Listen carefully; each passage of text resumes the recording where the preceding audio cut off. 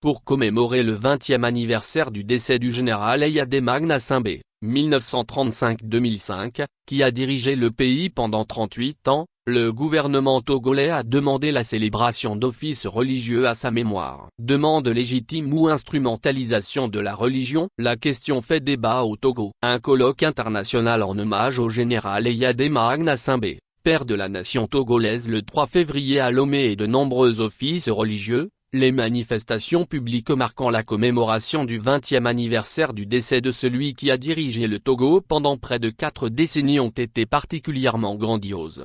Ainsi, si chaque année depuis son décès en 2005 son fils Faure, désormais à la tête de l'État togolais, et sa famille marquent cet anniversaire, cette année le ministre togolais de l'administration territoriale, de la décentralisation et de la chefferie coutumière, le colonel Awateo Dabalo, a invité les responsables religieux à organiser dans tous les temples, paroisses, couvents traditionnels et mosquées, des séances de prière pour le repos de l'âme du père de la nation. La demande formulée par lettre du 28 janvier, fait mention des dates des offices pour chacune de ces 3 confessions religieuses majeures du pays, le 31 janvier, 2 et 4 février. Ainsi, les religions chrétiennes et musulmanes, de même que les religions traditionnelles, ont formulé des prières pour le repos éternel du disparu. De plus, une prière œcuménique a été dite au Palais des Congrès de Kara, à environ 414 km de la capitale Lomé, en présence de son fils, l'actuel chef de l'État, au pouvoir depuis la mort de son père. Injonction. Mais dans le pays, la demande formulée par les autorités a suscité des commentaires mitigés et de vives critiques. La demande du gouvernement à dire des offices religieux ressemble à une injonction plutôt qu'à une exhortation, confie Théodore, un fidèle chrétien à Lomé. En effet, dans l'esprit de nombreux Togolais qui s'en offusquent, cette demande ressemble davantage à un décret ou une instruction comme l'ont exprimé des médias en ligne, ce qui ne laisserait aucune possibilité de refus pour les guides religieux sollicités.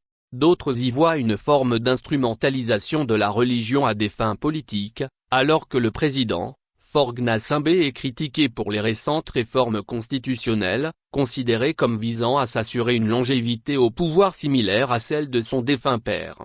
Une demande de messe en bonne et due forme. Face à ces critiques, les responsables des cultes n'ont pas officiellement réagi. Parfois, il y a des heurts entre le pouvoir politique et les religieux, mais l'autorité publique est consciente du principe de la liberté religieuse au Togo et y fait attention dans son approche, assure, sous anonymat, un prêtre. Il assure en outre qu'une demande de messe en bonne et due forme a été faite dans les paroisses de sa localité par le préfet. Pour marquer cette liberté de l'Église catholique face aux demandes du pouvoir, un autre prêtre, liturgiste, rappelle que sous le régime président Eyadema, l'Église catholique avait exprimé l'impossibilité d'aller célébrer les messes demandées au Palais des Congrès.